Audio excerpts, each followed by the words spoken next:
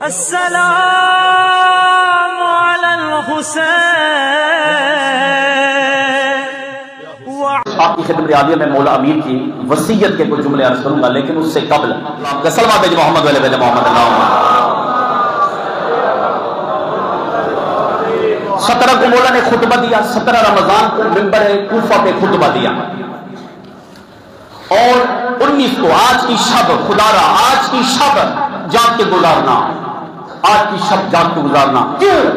شب قدر تو ہے، لیکن اگر جاگ نہ سکو اپنے دل و دماغ کو یہ بات سمجھانا، یہ وہ رات ہے جس رات میں علی کی بیٹیاں نہیں سوئی ہیں۔ علی کی بیٹیاں پوری رات انتظار کیا۔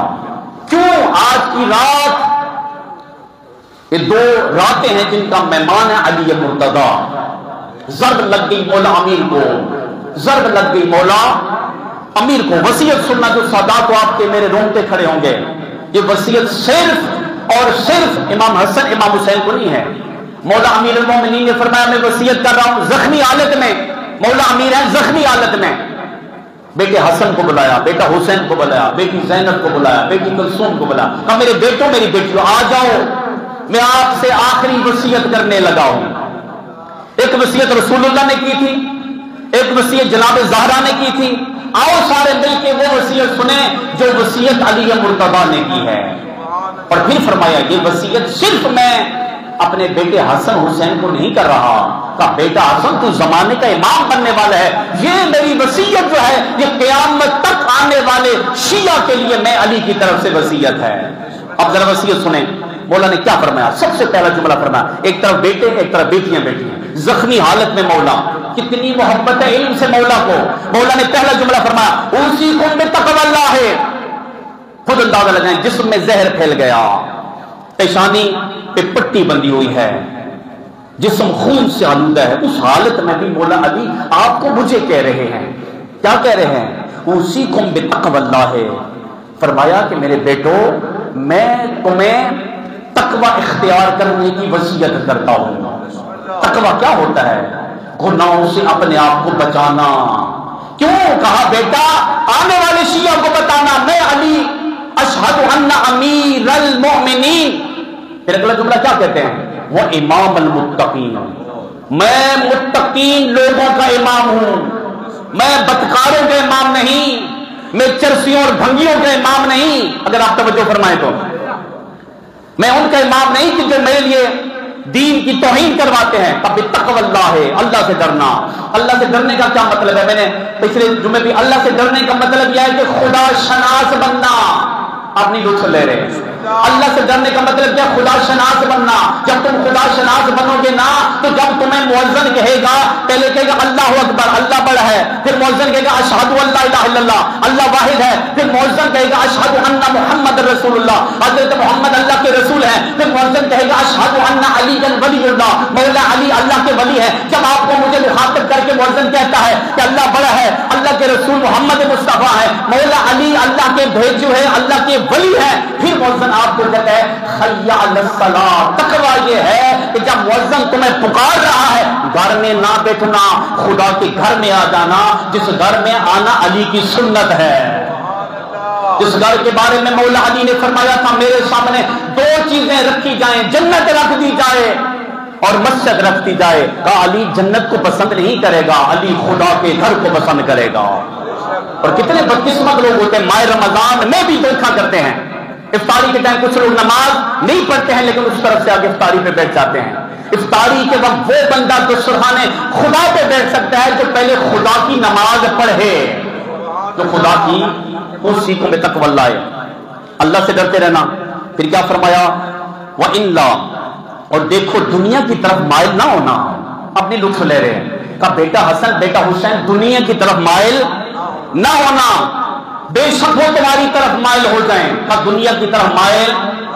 مولا علی بتانا چاہ رہے تھے میں دیندار ہوں، میں دین کا وارث ہوں، جو بھی علی کے مقابلے میں آئے گا وہ بے دین ہے، اور جو بے دین ہوتا ہے وہ دنیا والا ہوتا ہے۔ ہوتا ہے. مولا علی اشارہ کرنا چاہ رہے تھے جو میرے مقابلے میں آئے ان کے پیچھے نہ چلنا. میرے بیٹوں میرے شیعوں کو بتانا قیامت تک میرے پیچھے رہنا, اللہ کے حبیب کے پیچھے رہنا, خدا کے بتائے ہوئے دین کے پیچھے رہنا. اور پھر کیا فرمایا, وَلَا تَأْسَفَ عَلَى الشَّيْءٍ مِّنْهَا زُوِّيَ عَنْكُمَا, دنیا کی جس چیز سے تم کو روک لیا جائے اس پر افسوس نہ کرنا, اس پر افسوس نہ کرنا. اور پھر فرمایا وَقُولَا بِالْحَقِّ, توجہ کرنا, وَقُولَا یہ میرے جملے نہیں, مولا امیر کے جملے. وَقُولَا بِالْحَقِّ, مولا علی فرماتے ہیں جو بھی کہنا حق کہنا, جو بھی کہنا. ایک طرف برادری ہوتی ہے, ایک طرف خاندان ہوتا ہے, ایک طرف سیاست ہوتی ہے, ایک طرف کوئی سیاسی مفاد ہوتا ہے, ایک طرف خدا کی طرف ہوتی ہے. کبھی بھی غلط بات نہ کرنا, زبان خدا کی امانت ہے, فرشتے تمہارا لکھ رہے ہوتے ہیں. کیا فرمایا, حق کو قبول کرنا, حق کے پیچھے چلنا, حق کی بات کہنا. اور پھر کیا فرمایا وَعْمَلَ لِلْأَجْرِ, پھر مولا بھی فرماتے ہیں میرے بیٹو خود بھی یہ کرنا, میرے شیعہ کو بتانا کوئی بھی نیکی کرنا اس لیے نہ کرنا کہ لوگ تمہاری بلے بلے کریں, لوگ تمہیں واہ واہ کریں. کہا اس لیے کرنا جو کچھ بھی کرنا قربت خدا کے لیے کرنا, جو کچھ کرنا قربت. آپ نے لطف دے دیا نا. ایک جنگ نے کیا فرمایا, جنگ خندق کے بارے میں رسول اللہ نے کیا فرمایا, ضربت علی افضل من عبادہ. عامر ابن ود کا نام آپ نے سنا ہے, مولا نے تلوار اس کو اٹھائی. عامر ابن ود ملعون نے جب مولا امیر نے اس کو گرا دیا, عامر ابن ود ملعون نے اپنا لحاظ مولا امیر کے چہرے پہ پھینکا. جو کچھ کرنا کس کے لیے کرنا, پھر بولے تو صحیح نا, اللہ کے لیے کرنا. جب اس نے اپنا لحاظ مولا کے چہرے پہ پھینکا, اللہ کی زمین پہ گرا ہوا تھا.